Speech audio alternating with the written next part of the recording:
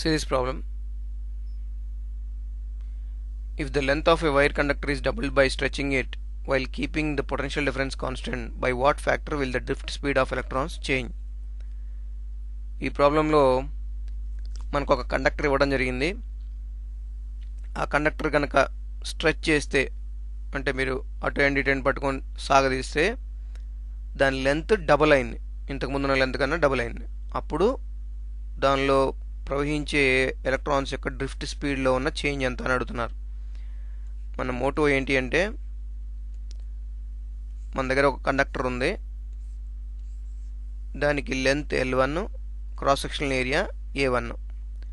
లోపల ఒక ఎలక్ట్రాన్ ఎలా మూవ్ అవుతుంది, ఒక డ్రిఫ్ట్ స్పీడ్తో మూవ్ అవుతుంది, VD1. ఈ కండక్టర్ యొక్క రెసిస్టివిటీ రో. ఇప్పుడు ఆ కండక్టర్ని అటెండ్ ఇటెండ్ పట్టుకొని బాగా స్ట్రెచ్ చేస్తే దాని యొక్క లెంత్ పెరిగింది, L2, cross sectional area A2, అందులో వెళ్తున్న ఎలక్ట్రాన్ యొక్క డ్రిఫ్ట్ స్పీడ్ VD2. మెటీరియల్ మారలేదు కాబట్టి రెసిస్టివిటీ సేమ్. అయితే ఈ చేంజ్ లేదా VD2 యొక్క మార్పు ఎంత అంటే, ఫర్ ఎగ్జాంపుల్ VD2ని ఇన్ టర్మ్స్ ఆఫ్ ఎక్స్ రాస్తే, అంటే XVD1 రూపంలో రాస్తే ఈ ఎక్స్ వాల్యూ ఎంత అని అడుగుతున్నాడు, ఎంత ఫ్యాక్టర్ చేంజ్ అయింది అని. ఇప్పుడు మనం ఇన్వెస్టిగేట్ చేద్దాం. ఏ క్వాంటిటీస్ చదువుదాం. L2 is equal to 2L1. మరొకటి potential difference PD is equal to constant. అంటే నువ్వు సాగదీసినా సరే ఆ వైర్ని రెండు పొటెన్షియల్ డిఫరెన్స్ ఎండ్స్ మధ్య పెట్టినప్పుడు ఆ పొటెన్షియల్ డిఫరెన్స్ కాన్స్టెంట్గా ఉంటుంది అన్నట్టు, అంటే బ్యాటరీ సేమ్.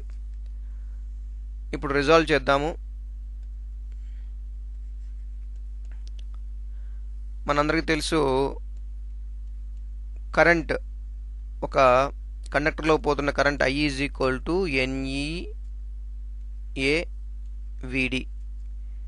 N అంటే ఏంటంటే number of electrons or charges in unit volume. అంటే మనకి ఇచ్చిన కండక్టర్లో ఉన్న ఒక యూనిట్ వాల్యూమ్ తీసుకుంటే అందులో ఎన్ని ఎలక్ట్రాన్స్ అయితే ఉన్నాయో అది కాన్స్టెంట్. E అనేదేమో ఎలక్ట్రాన్ ఛార్జ్, A అనేదేమో క్రాస్ సెక్షనల్ ఏరియా. మనకిచ్చిన కండక్టర్ యొక్క క్రాస్ సెక్షన్ ఏరియా. ఇక VD వచ్చేసి డ్రిఫ్ట్ స్పీడ్.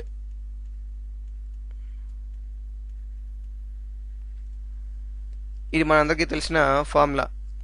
మనకు కూడా ఫార్ములా కూడా తెలుసు, అదేంటంటే resistance R is equal to rho into L/A.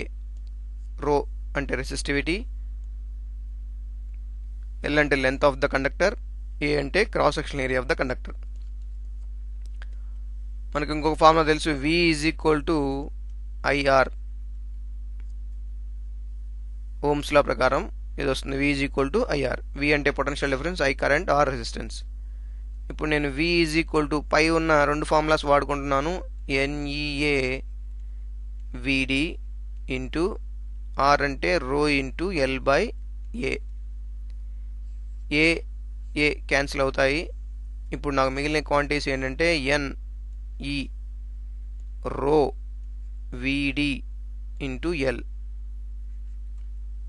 ఇది పొటెన్షియల్ డిఫరెన్స్ V. ఇక్కడ మీరు చూసినట్టయితే N కాన్స్టెంట్, E కాన్స్టెంట్, రో కాన్స్టెంట్, V కూడా కాన్స్టెంట్. అంటే దీని నుంచి నాకు ఒక రిలేషన్ వస్తుంది చూడండి. డ్రిఫ్ట్ స్పీడ్కి లెంత్ ఆఫ్ ద కండక్టర్కి ఉన్న రిలేషన్ ఏంటంటే drift speed into length of the conductor is equal to constant. నేను దీని నుంచి ఒక రిలేషన్ రాస్తాను, VD1 L1 is equal to VD2 L2. అంటే మీరు ఈ డ్రిఫ్ట్ స్పీడ్లో కానీ లెంత్లో కానీ వచ్చే చేంజెస్ రెస్పెక్టివ్గా ఉన్నప్పుడు అవి నువ్వు ఏ లెంత్స్ దగ్గర అయినా సరే ఎంత స్పీడ్ ఆ లెంత్ని బట్టి మెయింటైన్ అవుతుంది అనమాట. అందుకని ఇలా రాసాం.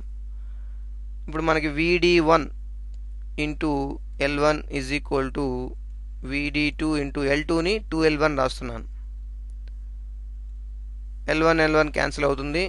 So VD2 is equal to half into VD1.